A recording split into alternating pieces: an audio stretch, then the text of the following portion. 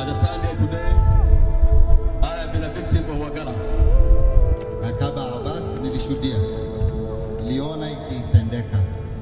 As somebody who was affected that time, as somebody whose parents were in Wagalla, as somebody whose relatives and neighbors perished during that time. The Wagalla massacre, which occurred in early February 1984, started as an effort to disarm the ethnic Degodia clan following clan-related conflict in the region populated by Kenyan Somalis. What followed would later be recorded as a systematic targeting of a civilian population, making it one of the Kenya's worst cases of human rights abuses.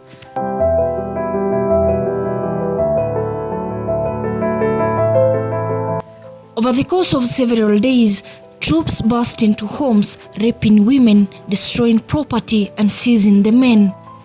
The Dogodia men and anyone else unlucky enough to be caught up in the search were taken to the airstrip. Once there, they were told to take off their clothes and lie on the hot ground.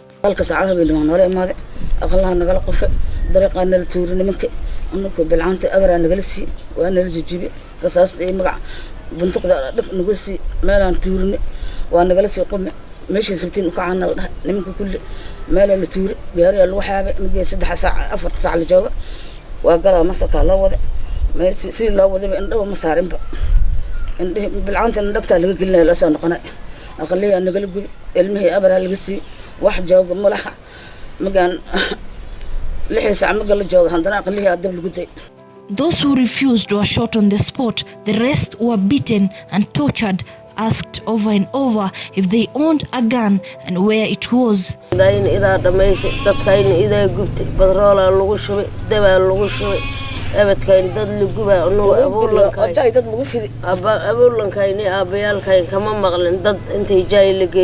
as ay dawlad ku joogjoogsan oo luguba oo badro lagu shubaa ma maqleen dad daaraan bi loo geeyna sun loo shubaa wili ma arkin marka anaga hadda nolol xumuna iskiga noolna. They were there for days without food or water, baking in the hot sun.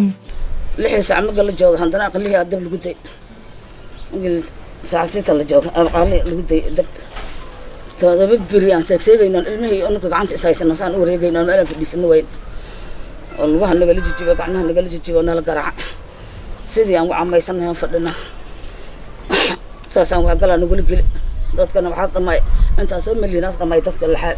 The event of those 4 days in February 36 years ago have left Abdirazak Noor scarred, and he cannot narrate the story without his mind conjuring up images of death and destruction.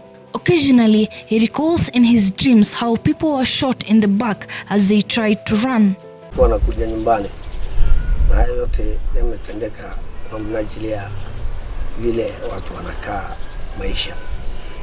Ndio nikapata hiyo ujumbe yote katika ndani ya nyumba, na hivyo ndio vile nilivyo sasa. Wagalla ni buda tu ndio makufa, buda tu takufa. More than 5,000 people lost their lives at Wagalla, some from beatings, some viciously set on fire, many more shot in an escape attempt, and others succumbing to exhaustion in the heat. But for years, the Kenyan government denied it. The official story was 57 dead, all unfortunate casualties of a legitimate security operation.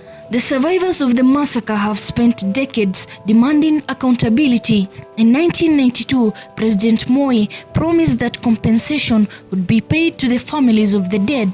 It wasn't.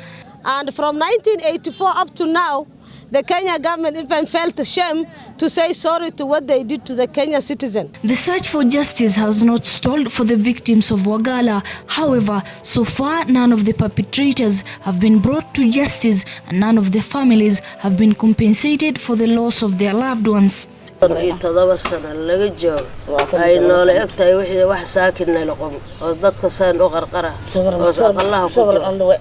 وصبر اللوي ولا سبري وي وأقلع كسبري daraar walba laba la duuga daraar walba saddex la duuga dadka dhiigaas jabsana nin iyo naag waxay ahaadaan dhiiga jabsana inta meesha ku dhimatay inta miiga dam nabar u dhimatay inta nabar u dhimatay badan marka dawlad ma haysan dawlad haqa dadka haqa u deed ma haysan dawlad anaga haqa ahaan noo fiirsan ma haysan maxaa dawlad anaga weebana laayse noo soo noqoto andara na taageer ma haysan gaar bay noo fiirin anaga gaar baan u fadhinaa.